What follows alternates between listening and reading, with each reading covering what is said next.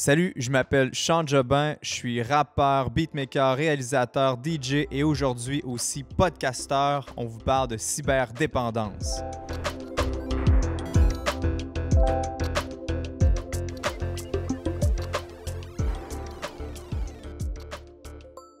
Salut Marie-Josée. Salut Sean.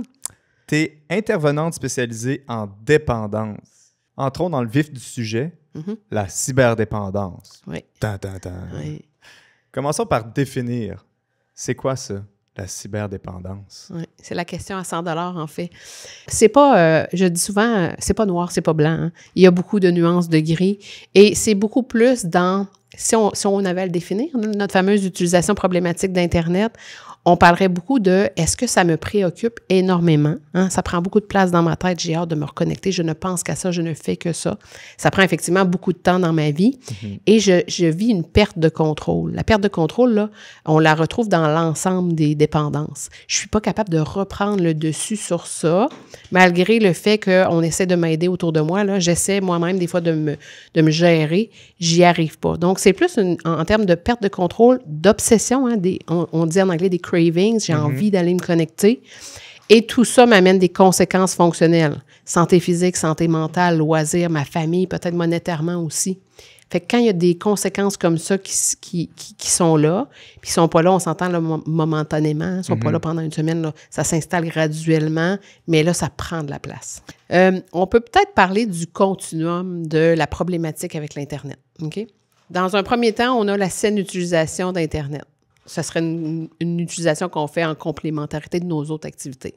Je vais dehors, je vais à l'école, j'ai des rencontres en face à face, je mange bien, j'ai de l'hygiène, je fais tout ça. Tout ça me prend du temps et Internet a sa place à travers ce temps-là que j'ai, mais j'occupe aussi mes responsabilités d'adolescent, d'adulte, etc. Si on l'associe en termes d'heures, là, la saine utilisation d'Internet, là, de plus en plus, les spécialistes disent on voudrait viser 2 heures, on est conscient qu'on est peut-être plus à 3 et on ne voudrait pas dépasser 4. Okay?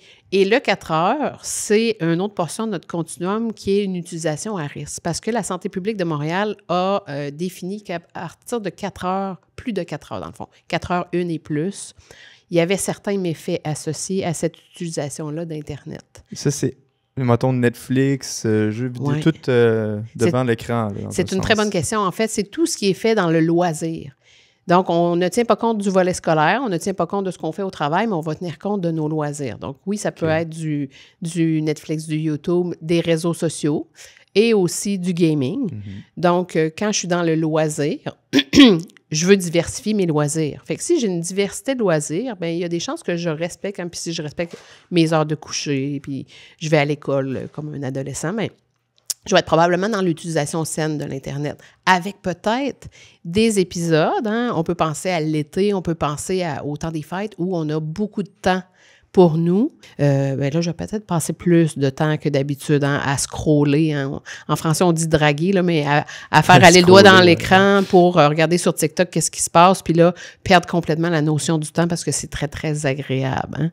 Et au bout du continuum, donc si on revient à notre continuum, l'utilisation saine, une utilisation à risque, et au bout du continuum, on aurait ce que monsieur, madame, tout le monde appelle la cyberdépendance, qu'on appelle, nous, en termes cliniques, l'utilisation problématique d'Internet, qui, elle est associée à plusieurs méfaits. Même si c'est juste du réseau social.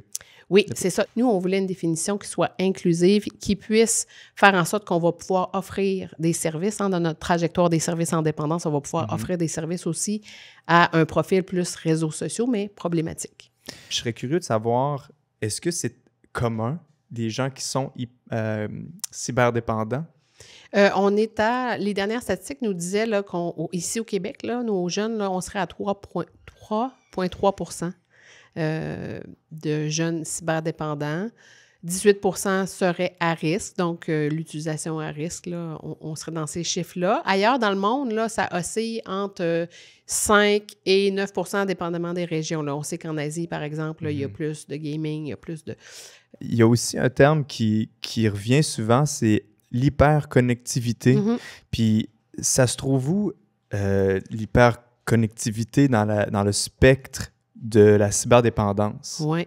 Tantôt, quand j'ai parlé d'utilisation à risque, là, on a parlé d'utilisation saine. Après ça, utilisation à risque, on serait dans l'hyperconnectivité. On serait là entre autres, là, le fameux 4 heures plus de temps d'écran. On est dans l'hyperconnectivité. Est-ce qu'après la pandémie, vous avez vu un influx de troubles, des restants, parce qu'on était tellement connectés? Est-ce que vous voyez des résidus de ça en ce moment, de personnes qui n'ont pas décroché? Oui.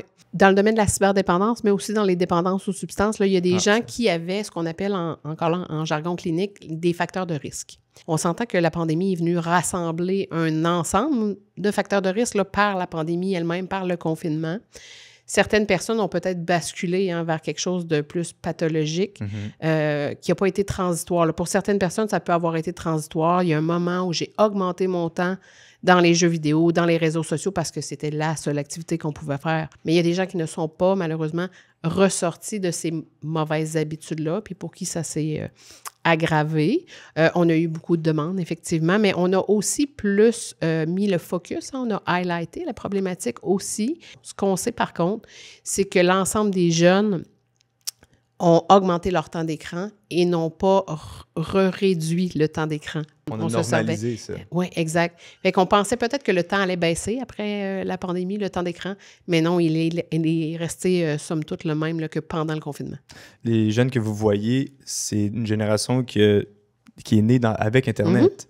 Est-ce que ça arrive des fois que c'est des jeunes qui décident d'eux-mêmes faire comme « là, c'est assez, j'ai l'impression que les réseaux sociaux me font le cerveau ». J'ai besoin d'aide. On a des jeunes qui vont demander de l'aide d'eux-mêmes. Je dirais que dans l'ensemble, c'est beaucoup par la pression de l'entourage qui, eux, vont réaliser en premier qu'il y a peut-être quelque chose qui ne fonctionne pas. De fil en aiguille, le jeune va s'ouvrir à « Ah ouais, peut-être que mon utilisation n'est pas celle qu'elle devrait être. Peut-être que je devrais me mettre un peu plus de limites. Ça a peut-être des conséquences dans ma vie. » Mais oui, on a des jeunes qui vont venir nous dire « Là, c'est problématique. J'ai besoin de prendre une pause. » Peu importe on est où dans le continuum, là, même en prévention, là, il y a des jeunes, des fois, dans les écoles qui viennent me dire « Moi, madame, je pense que j'en fais trop. Là. Il va falloir que je me trouve des trucs. » Puis c'est un peu ce genre de choses-là qu'on va discuter en classe. Là, comment on fait pour se mettre des limites? C'est quoi un signe, admettons, que je commence à être peut-être trop dépendant des réseaux sociaux ou d'un jeu vidéo, quoi que ce soit, comme un red flag, que j'appellerais? Ouais. On a plusieurs signes, des indicateurs, en fait, là, qu'on est peut-être en train de basculer. Hein, quand j'y pense souvent, on a parlé des obsessions. Quand peut-être que l'alimentation, là, ça commence à prendre un peu le bord. Hein. Je dis souvent à la blague là, que manger 2 pogos devant mon ordi, devant mon jeu, ça va beaucoup plus vite que d'aller prendre un repas en famille pendant 30-35 minutes. Ce 30-35 minutes-là, pour moi, il est synonyme de perdre du temps dans mon jeu. Même chose pour la douche, l'hygiène. Puis là, ça, des fois, ça fait un peu sourciller là, de dire on va même jusqu'à aller peut-être skipper la douche. Hein? On va passer notre tour. Du gamer, oui. Souvent, c'est ça. Oui, mais on a ça en clinique. On Bien le sûr. voit, ça. Les jeunes prennent moins soin d'eux. Et là, quand je suis derrière un écran, à travers un personnage virtuel, mon avatar, là, pour dire quelque chose, j'ai pas tout ce besoin-là. Fait que tranquillement, pas vite, c'est comme si je concentrais toutes mes énergies, toutes mes ressources viennent se concentrer là, dans le jeu puis dans le temps qu'occupe le jeu. Fait que oui, il y a une notion de temps aussi associée à ça. Nos jeunes, là, par exemple, au Grand Chemin, là, vont faire quelque chose de l'ordre du 55 heures semaine à 80 heures semaine. D'écran. Oui, d'Internet. Là. Est-ce qu'il y a d'autres signes dont on devrait être sensibilisé? Oui. Un autre signe qu'on pourrait remarquer, la grande perte d'intérêt, en fait, pour les activités qui me faisaient plaisir avant. J'aimais le soccer, j'aimais le hockey. Maintenant, c'est très, très restreint. Hein? Mon intérêt premier, c'est le gaming, ou mon intérêt premier, c'est TikTok. Puis je ne suis pas capable de m'extirper de cette activité-là. Je perds complètement la notion du temps. Et tranquillement, pas vite, je délaisse toutes les autres sphères de ma vie. Le face-à-face avec mes amis, j'en ai de moins en moins, ils sont de plus en plus dans le virtuel, mes amis. On fait la différence entre la vie en ligne, virtuelle, et la vie hors ligne. Parce que sinon, on aurait tendance peut-être à dire, toi puis moi, là, en jargon, on dirait la vraie vie. Ils ne sont pas dans la vraie vie, mais pour quelqu'un qui est dans sa vie en ligne, c'est la vraie vie. Ils sont quand même connectés, il y a quand même un aspect social au fait qu'ils sont en ligne. Fait que rapidement, on se cache derrière l'excuse qui est, en fait, je joue avec mes amis, je fais quelque chose, j'ai des amis en ligne, donc j'ai une raison d'aller là, mais si le reste du monde est sur pause autour de toi, c'est là que peut-être ça devient un problème, Oui, le fait que tu sois en ligne. exact. Marie-Josée, est-ce qu'il y a quelque chose que tu voudrais rajouter et qu'on devrait peut-être mieux comprendre autour de la cyberdépendance? Mm.